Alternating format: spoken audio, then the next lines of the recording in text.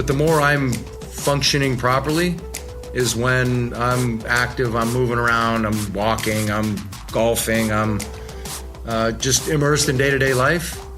That's when I feel the best. I don't know if I'll ever run again unless I'm being chased.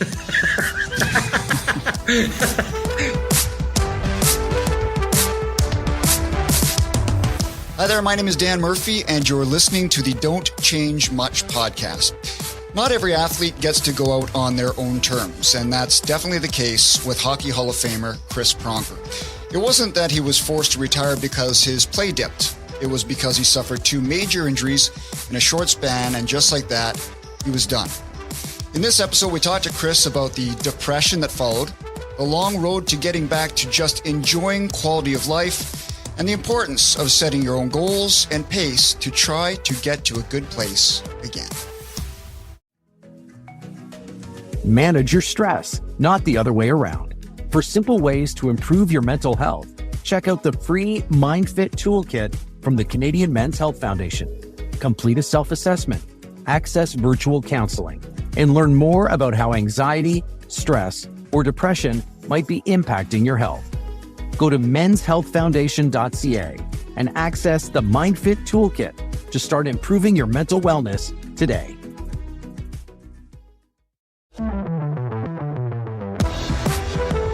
Well, pleased to welcome in someone I've known for 30 plus years. A good friend of mine, Chris Pronger. He's not nearly as mean as he used to be, as non-playing days now.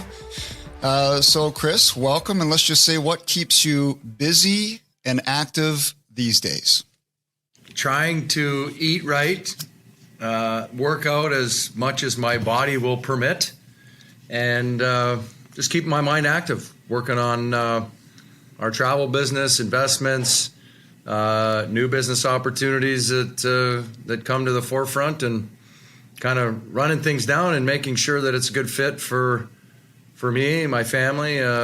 If it's a good opportunity, we'll certainly look at it and spend the time to kind of dig through it. But keeps my mind as sharp as it still is, maybe, and then obviously work on my body. After 16 surgeries, I've got a little bit of scar tissue built up, so I got to keep motions lotion.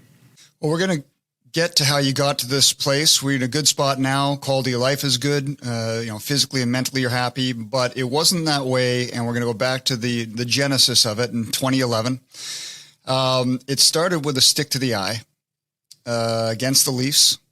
I think you were bedridden for a few days after that. I was bedridden for 8 days, I believe. Then 2 days after that, you felt the need to start playing again. Was that too soon?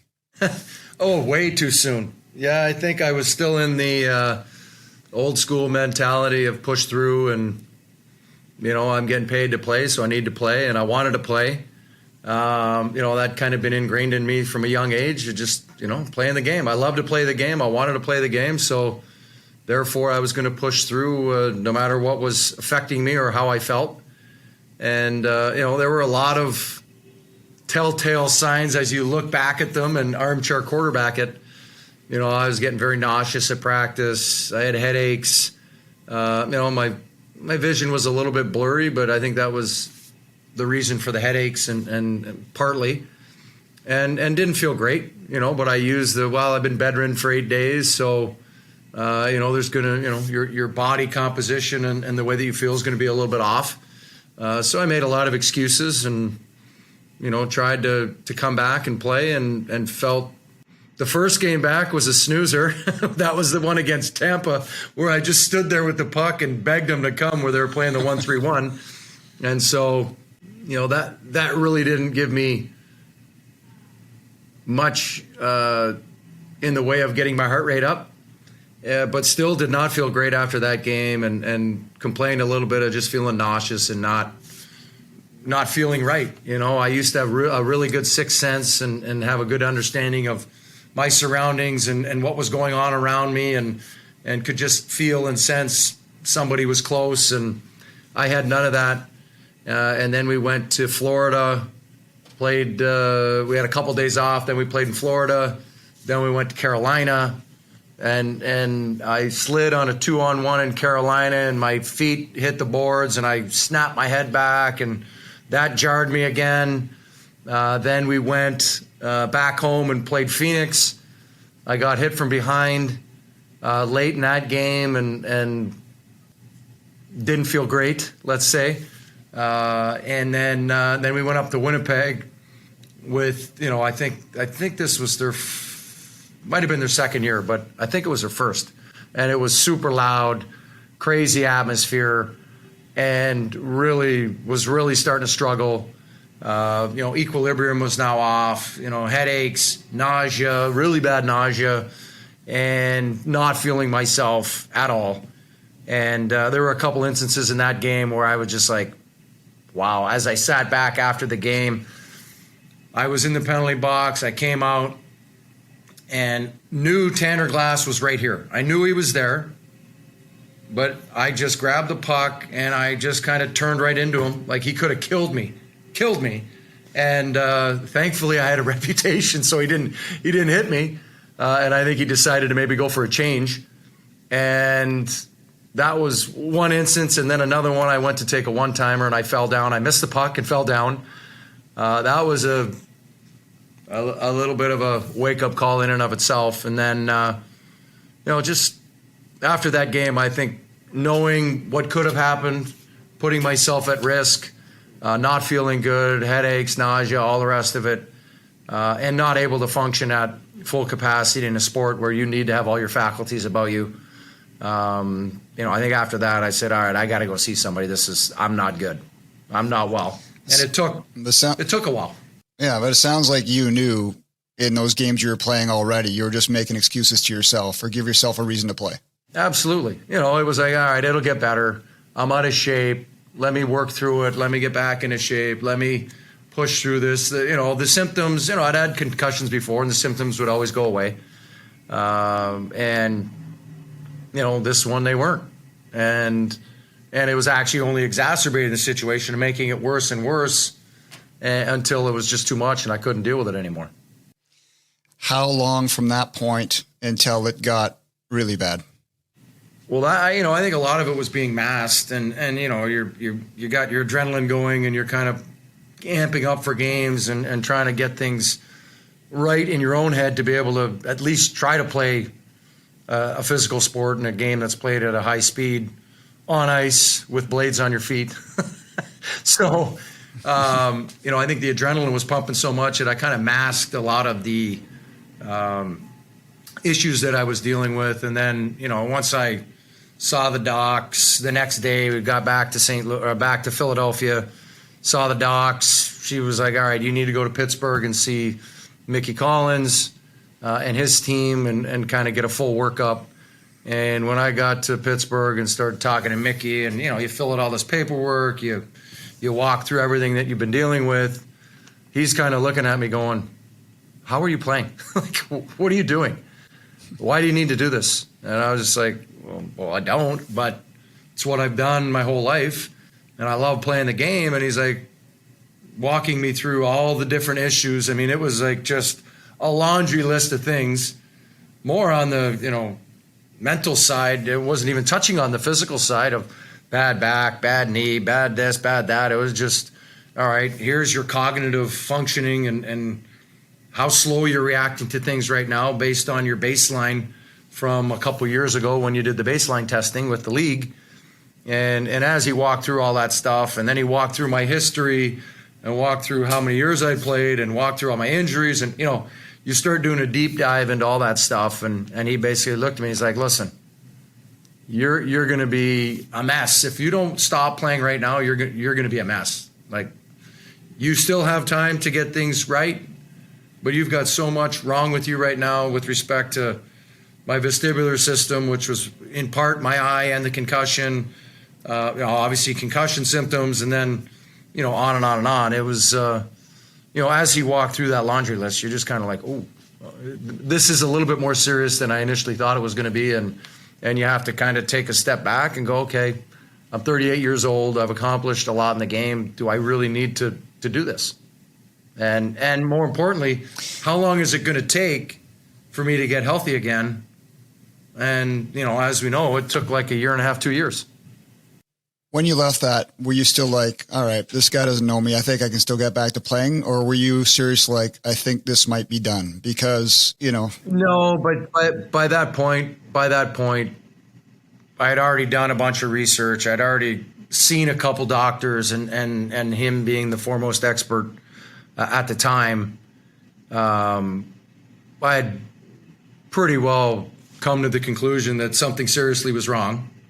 With the headaches, like I was driving to functions at night wearing sunglasses because the oncoming car lights were bothering me and giving me headaches and making my equilibrium off, and driving a car, that's probably not a good thing. So how long from that point until you were in, I think you describe it as a real dark place? Yeah, so I went from there, started doing some therapy stuff, and then for a while, I didn't see an eye doc, so I didn't have glasses. So my eye was blurry, and I'd go home and I'd start reading a book, and I'd start doing stuff and reading the book. Your eye's constantly trying to clear itself and unblur itself, and that was giving me headaches. But I didn't know that was giving me headaches. So then I went back to see Mickey Collins, and I saw his eye specialist, and then he said, "Oh no, your eye is blurry, and you gotta wear these." They originally wanted me to wear contacts, and I'm like, I can't put my finger in my eye, and so I had to wear glasses, and therefore, I'm not going to play with glasses on. And I think as you start walking through the steps and going, okay, what's it going to take to reach this hurdle? What's it going to take to reach this hurdle? And you just start looking at it and start trying to figure out, mapping out my eye. And then I started doing the vestibular exercises, and it was daunting. It was really, as I was doing the vestibular exercises and working on my eye, it was really flaring up my concussion symptoms. So it was kind of you got to fix this first before we can deal with that. I had to get my eyes right, which was basically retraining my brain to see properly.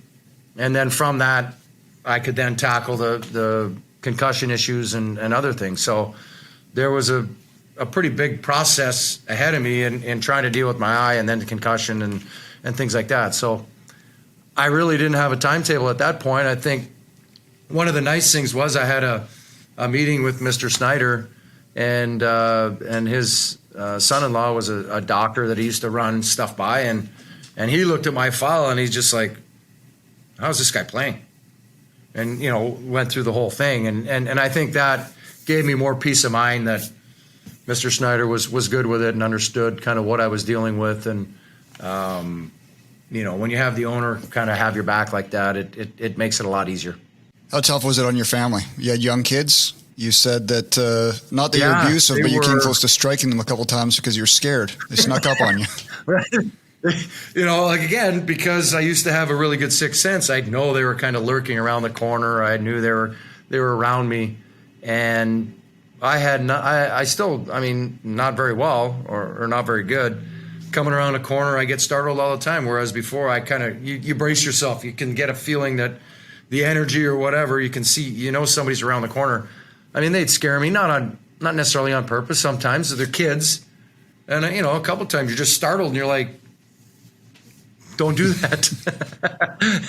Almost like it's a robber or somebody in your house, and you're like, what's going on? So there's a few times where I was startled and just you kind of get taken aback, or loud noises used to really bother me. So they're kids, they're screaming and yelling, having a good time and doing whatever, and that used to really aggravate me and get under my skin. Camera flashes. So I would take, you go to take pictures at an event. I'm like, you can't use your flash. It still bothers me a fair amount to this day. Just light sensitivity and the things that you hear a lot of people that are dealing with this, struggle with on a day-to-day basis. And so for me, it was tackling each and every one and then understanding what I was dealing with and then how to fix it, or at least manage it in a way that wouldn't allow me to flare up. That was your mental health at this point, because you're not only dealing with the symptoms physically, but you're also dealing with the reality that your career is done. Yeah, I think, career's over. On the outside looking in, just looking at me, I look fine. I look normal. It's not like you got a broken arm and you're out 2 to 3 weeks, and or you got a broken leg, you're out 6 weeks or a month, or whatever. There's no set timeline for this type of injury, and I think that's the hardest part for a lot of players when this happens, is there's no set amount of time. Everybody heals differently. Everybody handles it differently. Everybody can manage or control symptoms in their own way. And so it's not cut and dry. So for me, it was frustrating that I couldn't play. It was frustrating that everybody's asking me, hey, when are you coming back? When are you coming back? When are you coming back? And I'm like, I can't just come out and say I'm not. I'm just saying, hey, I'm working on it. So it just, and then you get into the locker room and you're around the team, and it's like, hey, man, you look good. Hey, when are you coming back? Hey, we miss you. And all that, and then you're watching the games, and it's like, well, that wouldn't happen if I was there. And you start playing all the guessing games as it relates to playing the sport that you love. And so it can be frustrating and draining. And, you get depressed, and then you start eating bad, and then you start working out less. And it just, it's a trickle-down effect. And it brings you into a dark hole and a dark space that is hard to get out of. How long did it take you to get out of it, and what got you out of it? Was there just a reality in your head saying this is not good enough, I have to be better? Or what helped you through this time, and how long did it take? Yeah, I think it was probably 6 or 7 months. I gained a bit of weight. I think I was playing that year. I think I was 220, and I might have gotten up to 240, a little bit of a pot belly. And I'm like, all right, this is, you can only blame so many things for your problems. And I'm like, listen, start doing the things that are going to help you. Eat right, work out, do all the things that you used to do, maybe on a more muted level, and have an understanding of what flares you up. Don't do it. And as I was going through this, the medical field kind of changed their thinking in how you went about it. For a long time, it was like, don't do anything and sit in a dark room. Don't flare up and your symptoms will go away. And then it became, well, get out in the light, get to the level where you flare up, and then come back below that and try to keep pushing that up and up and up. And so there was a little bit of counter advice, but at the end of the day, you got to do what works for you and what allows you to continue to have progress. There was always like, hey, do you want to go see this doctor? Hey, do you want to go see that doctor? And I was like, no, I don't want to go from one to another, because then you never know what's going to work. If you just stick to one and stick to what you're doing, and you see a little bit of progress, a little bit more, and you just got to keep working on it. I think some people look for a quick fix, and unfortunately, with the brain and with the body, there is no quick fix. Sometimes it's time. It's time under tension, and it's the ability to kind of keep pushing yourself, much like we used to, much like you do when you're training and playing and things like that. The same ideology is right here on this as well. So it's about 6 to 8 months when you get out of the depressed state. You start to exercise more, eat right. Did you notice immediately improvement in mental health? Or was there still barriers you had to get through physically? Like the quality of life was obviously not there at that point. Yeah, I was still flaring up, but I was starting to see, I'm now six months into my vestibular rehab, as we then finally diagnose the issue, start working on it, starting from ground zero and then building it back up. And so, it's a time thing. It just takes time, and it takes repetitions, and it takes you having the ability to continue to do the work, and then layer on top of layer on top of layer, and build it back up. And so I think for a lot of people, that's the biggest part, is they want a mountain instead of just a slow rolling hill. And it takes time, and some people get frustrated and then they stop and they're like, oh, it's not working. Well, it is working. You just can't see the day-to-day progress. But if you were to look at 2 months ago to now, it might be this much, it might be this much. You just have to be able to have metrics to track it so that you can understand and see the gains that you are making. And even if they're small, at least you're not going the other direction, which sometimes happens. So you have to really kind of stick with it and continue to push yourself, stay positive in a situation where it's easy to go negative, and we all do it. And it's never you're gonna have bad days, and it's getting out of those bad days and having things that can bring positivity, and whether it's working out and getting an endorphin rush, or eating right instead of bailing and having a bunch of junk food. Eat quality food, and then you go down the drugs and alcohol slope, and guys can get lost in that. So you have to really be focused and have an understanding of what the metrics are that you're tracking, and then stick to it. Could you stay positive? Was it difficult? There moments. Yeah, I mean, we all struggle. We're all human. But I think for me, I would get frustrated watching the team. Then the team started struggling. Then it's like, well, again, I go back. If I was there, that wouldn't happen. And we sign a goalie, and then I'm like, that guy wouldn't be doing that if I was there. And you just start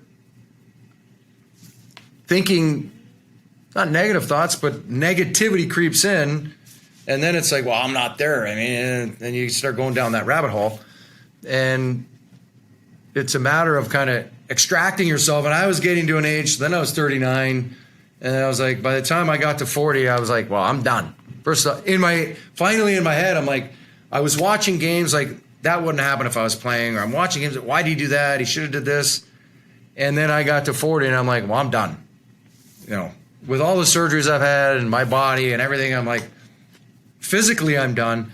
And mentally now I'm starting to get better and healthy. And I'm like, I'm done. Like I couldn't play even if I tried, for a number of reasons. And so then I started watching the game differently, and just more as a fan and more as, a scout and outsider looking in, and just kind of looking at the game. Is a player progressing? Is he developing? Is he getting better? And things of that nature. And then that allowed me to kind of get out of the one mindset where it would bring in negativity, and where I thought I had a way to impart my presence or my knowledge or play on the situation, and then let that kind of fall into the next part, where I'm just a quasi fan watching the game, not picking it apart as a player, but just more as a fan. And that allowed me to kind of get out of my head.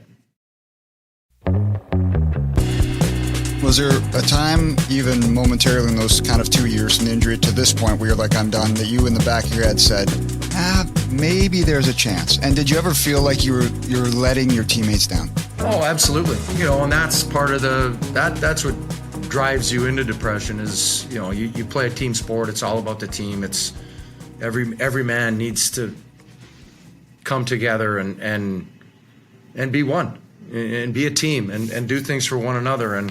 And when you're not there, that's, when you listen to guys that have played, that's one of the things that they miss the most, is the camaraderie, the locker room, being together, sharing a common goal and common belief that you can win, and then going out and executing and doing it. And, you miss that. That's one of the things you miss the most. And so, yeah, do you feel like you're letting them down? Absolutely. There's always the little birdie in the back of your brain going, you can get there. And you got to have a goal. You got to have a mission, and you got to, have something that's driving you to get healthy. Yeah, maybe. You never know. I mean, who knows? But that certainly was a remote, very remote chance, and then you get to, like I said, I get to 40 and I'm like, no way, couldn't do it. We'll get to present day now and exercise and how you're doing, but it's kind of weird that when these injuries initially happened, the stick to the eye, the hit from behind, that you kept playing because you had that moment in Detroit in the playoffs years before where, and you can explain it, but you got hit in the chest, the puck, and that really startled you. That scared you to the point where you were relying on doctors. Can I come back? And yet later on, you're still relying on yourself to say, I can come back. So why were those two instances different in your mind? Yeah, I think, I had the same thing that happened to DeMar Hamlin. So I had what's known as commotio cordis. I got hit in the heart right before my heart beat. I skipped a beat.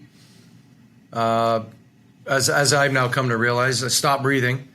In my head, I cover the puck. I'm like, okay, get up. I knew where the bench was. I blacked out at that point, but in the video, you can see I get up, kind of stumble, go to the ice. And the next thing you know, I wake up and I'm staring up at the Red Wings banners and, all the lore and history in Joe Louis Arena, wondering what's going on. And I kind of glance over to my right and I can see our bench and you get guys crying over there. And as I talk to our trainer, Ray Borelli, I'm like, so what was going on? He's like, actually, we were panicking because at that time they didn't have defibrillators on the ice or in the building. He was getting ready to do mouth-to-mouth and was about to hit my chest to try to kickstart my heart. And then I just took a deep breath and I just all of a sudden kind of came to and started breathing again, and my heart started going. So it was a pretty scary situation. But again, going back to your point about, why did you come back and play? That's all is, I'm alive, I can play. I sat and talked to the heart specialist here in St. Louis for probably 20 hours, just asking questions. By the time I got back here, did some testing, wore the heart monitor, came back the next day, looked at the monitor, did more testing, talked to her about what happened, what was it, why did it happen, would it happen again? It happens more frequently in Little League and in younger people. But to think 25 years ago, the next time it would happen in a major sport was that incident. That's crazy to think. A 25-year span between the two. And luckily, for me, it wasn't on. There was no social media, very little coverage in the media, and so I think it kind of flew under the radar. And just having an understanding of how infrequently it happens and the timing and the number of things that have to happen before you get hit for that to actually happen, it's like winning the lottery. The odds are massive. So, having that understanding and then, just asking the questions of, are there any short-term side effects or long-term side effects? What happens if somebody body checks me? What happens if, on and on and on. All the what ifs that people are probably thinking. You're asking all these questions. She's obviously imparting some wisdom on the heart and kind of the body and the chemistry and how everything's made up and what may or may not happen. But, listening to her and listening to the doctors and some literature that I was given. I mean, I probably play today too. Once they tell you that you're fine, and once you walk through everything that transpired and the reasons behind it, and the sequencing of events and the timing and on and on. I mean, what are the chances of that happening a second time? Pretty slim. So I'm like, well, I'm here. I went down to the rink and, met with the coaching staff, saw the guys and was like, well, I'm here. I'm physically cleared. At this stage, it's more of a mental hurdle. Like, are you going to be gun shy? How are you going to do in the game? And, are you potentially leaving yourself susceptible to getting injured because you're nervous or leery or uncomfortable playing the game again? So I took a warm-up, felt fine, and was like, well, I'm here. I might as well rip the Band-Aid off and get after it again and see how I do. So it was, it was a rush of adrenaline going onto the ice for that game, that's for sure. And I think just for me, and I think for a lot of athletes, just ripping the Band-Aid off and seeing if you can do it, and get an understanding, not letting that moment linger too long, and potentially giving you, some mental hurdles you're going to need to jump over if that goes on for, had we lost, I think we won that game. I think we lost in 5 that series. So maybe we had a couple more games, then we were done.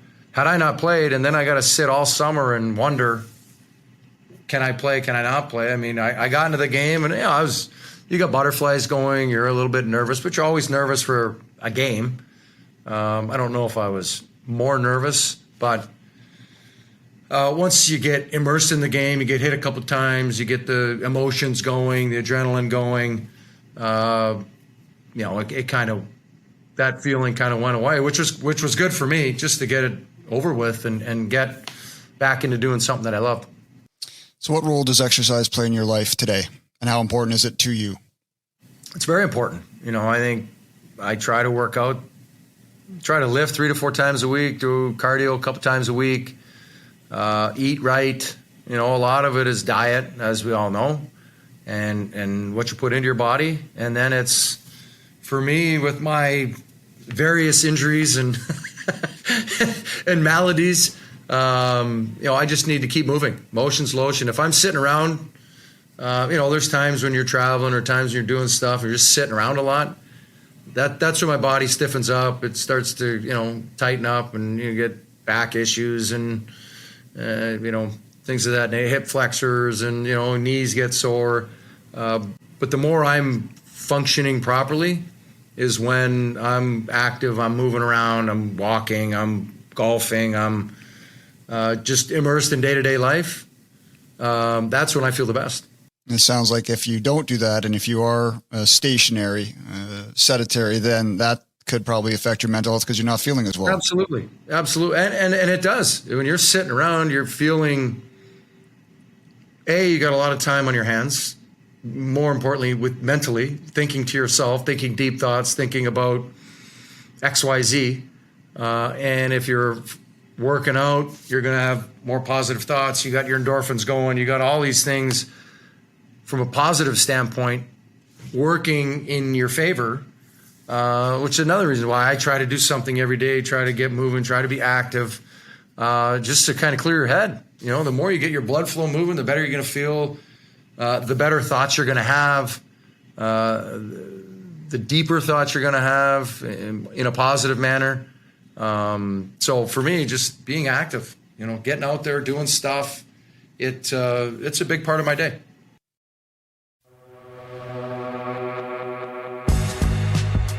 You were lucky enough to have access to all the best doctors, obviously, given, who you were and the teams you played with. But what about someone off the street who's suffered a career-ending injury at work, construction site or something, or is just not feeling right? How proactive should someone be in seeking out help and seeking out doctors and not just sitting on something? Well, I think number one, you got to be proactive. Look at how my career-ending situation happened. I prolonged it and delayed it myself because I had my head in the sand and didn't want to deal with what I was dealing with until ultimately I had to. And so, I think you have to be proactive. I think you have to take the bull by the horns and eat right, be physically active. That doesn't mean you got to go spend money in a gym. You go for a walk, get some fresh air, get out of your house, apartment, whatever, and go for a walk, get the fresh air. That fresh air on your face is going to allow you to sunlight, air. It keeps your mind clean and clear. And if anything, that's the simplest form, getting outside and going for a walk.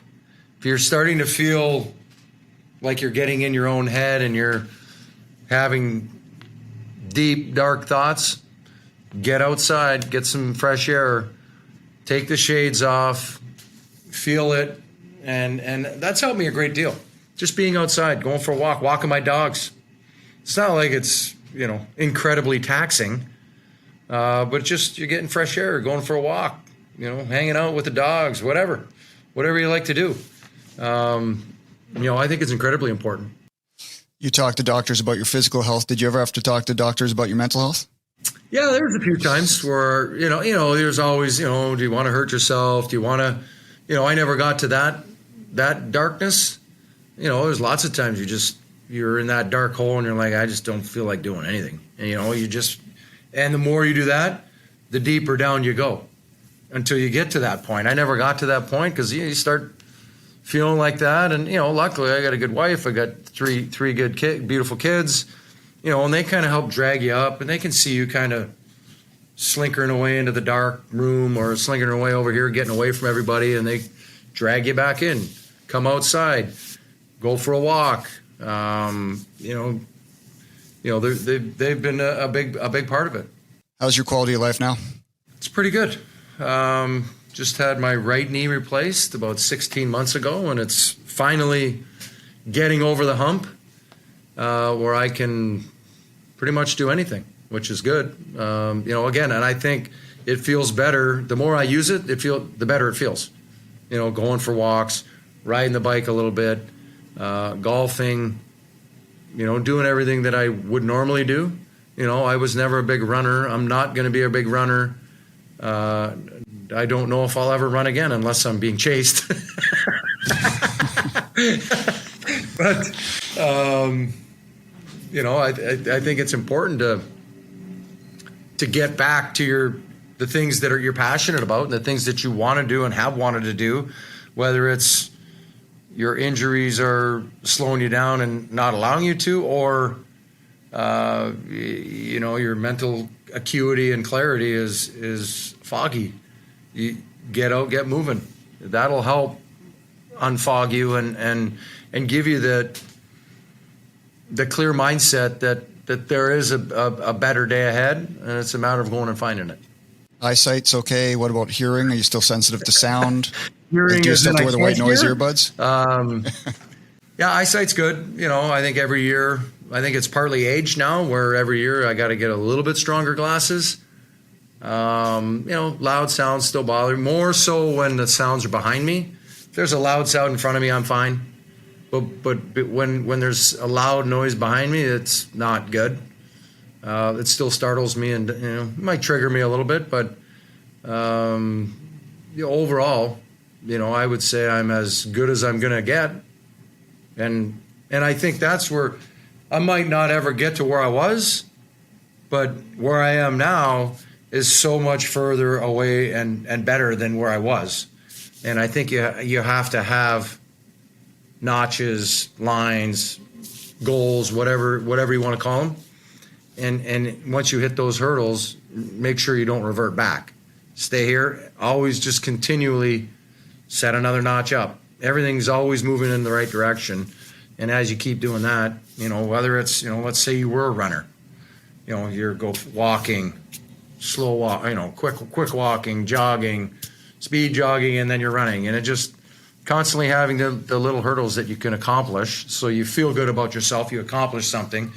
You can't set the goal so high that you're never going to accomplish it. And therefore you feel terrible because you're not reaching your goals. You got to set them so you can achieve them, check them off the list, and then keep going. I think there's a good time for this question because I think you kind of answered it there, but what does, the title of this podcast is Don't Change Much. So when you're trying to get better mentally and physically, what does don't change much mean to you? Well, I think it's a matter of small increments in the right direction. Don't change much. If it's not broke, don't fix it.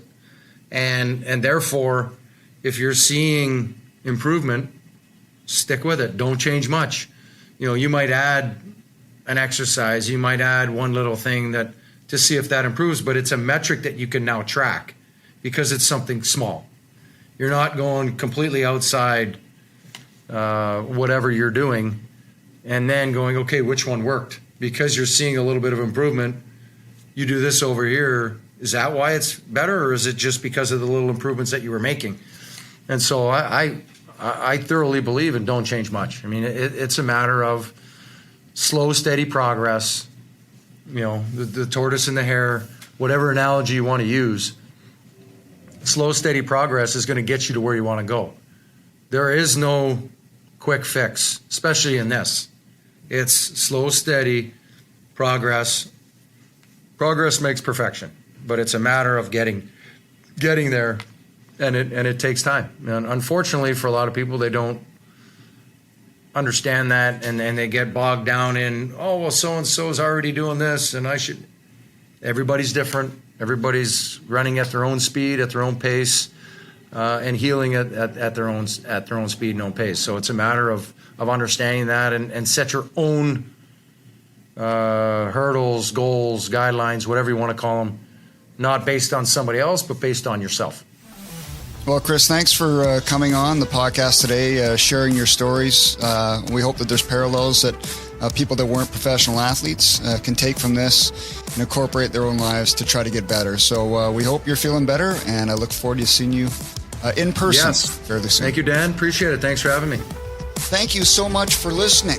You can access more information at menshealthfoundation.ca. And if you haven't already, click the follow button to join us every month for a new episode of the Don't Change Much podcast.